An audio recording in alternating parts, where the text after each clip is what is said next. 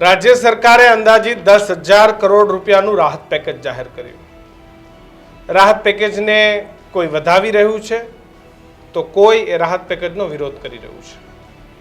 કોંગ્રેસનું કહેવું છે કે આ રાહત પેકેજ એ માત્ર ને માત્ર ચટણી મીઠું બરાબર છે, આ પૂરતું ભોજન નથી. આ 10,000 કરોડથી ખેડૂતોના ભાગે કંઈ પૈસા નહીં આવે.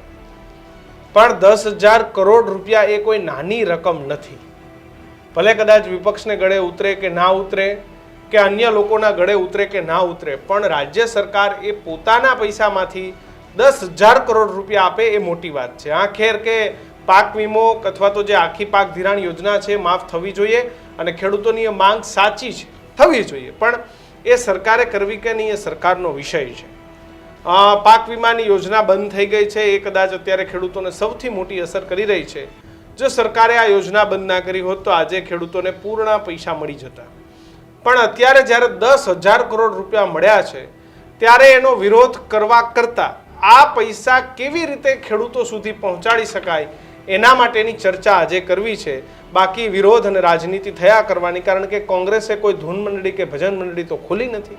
રાજકીય પાર્ટી છે. સરકારે કદાચ 10,000 આપ્યા, કદાચ 20,000 આપ્યા હોત તો પણ કોંગ્રેસ બોલત, અને 5,000 કરોડ આપ્યા હોત તો પણ બોલત, કારણ કે આખરે વિપક્ષ છે અને વિપક્ષે હંમેશા સરકાર સામે અવાજ દીક્ષિત ઉઠાવવાનો છે. અને 10,000 કરોડની રાહત પેકેજને સાથે જ 15,000 કરોડની મગફળી ખરીદવાનું એલાન છે તે કર્યું છે. એટલે હવે એ જોવાનું રહેશે કે આજે જ હર્ષ સંઘવીએ સુરતમાં કહ્યું કે ભાઈ સીએમએ આદેશ કર્યો છે કે કોઈ ખેડૂત બેંકના ધક્કા નહીં ખાય, સીધું ખેડૂતના ખાતામાં પૈસા આવશે, પણ આ વ્યવસ્થા ગોઠવાવી જોઈએ.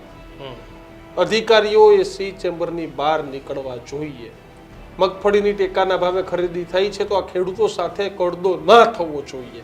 તો આ બધા મુદ્દાનું ધ્યાન હવે સરકારે રાખવાનું રહેશે. અને કિશન 2 દિવસ પહેલા પણ કહ્યું હતું કે ખરીદનાર મંડળીઓ ક્યાંક તે ક્યાંક પક્ષો સાથે જોડાયેલી છે, તો હવે એને પણ આ વખતે ખેડૂતોનું વિચારવાનું છે.